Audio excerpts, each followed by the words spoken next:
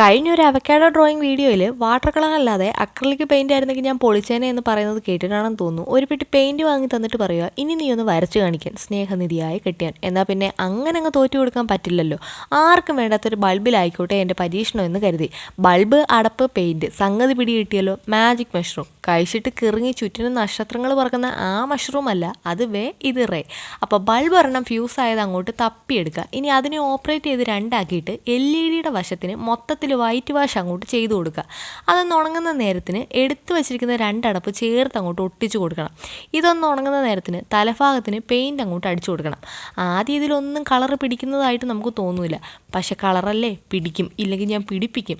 ഇനി ഇതുകൂടി ഒന്ന് ഉണങ്ങുന്ന നേരത്തിന് കുറച്ച് അലങ്കാര പണിയുണ്ട്. അലങ്കാരപ്പണി എന്ന് പറയുന്നതിലും നല്ലത് അലങ്കോലപ്പണി എന്നായിരിക്കും. കുറച്ച് പൂവും ഇലയും ഒക്കെ മഷ്റൂമിൻ്റെ വാലിന് ചെയ്ത് അങ്ങോട്ട് കൊടുക്കുക.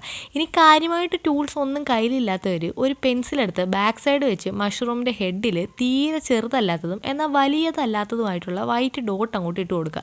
ഇനി ഹോൾഡറിൻ്റെ വശത്ത് അവിടെ അടപ്പ് അങ്ങോട്ട് വെട്ടിച്ച് ഒട്ടിക്കുക.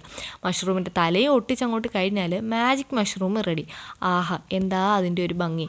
കത്തുന്ന ഒരു 5-6 ബൾബ് കൂടി ഊരി അങ്ങോട്ട് മഷ്റൂം ആക്കിയാലോ, വേണ്ട, ഇടി കിട്ടും. അപ്പോൾ നിങ്ങളും ഒന്ന് ചെയ്ത് ഷെൽഫിലൊക്കെ ഒന്ന് വെച്ച് നോക്കുന്നേ, സൂപ്പറാണ്. അപ്പോൾ നിങ്ങൾക്ക് ഇഷ്ടപ്പെട്ടു എന്നുണ്ടെങ്കിൽ ആ ഇഷ്ടം ലൈക്കുകളായിട്ട് അങ്ങോട്ട് കൊടുക്കുക.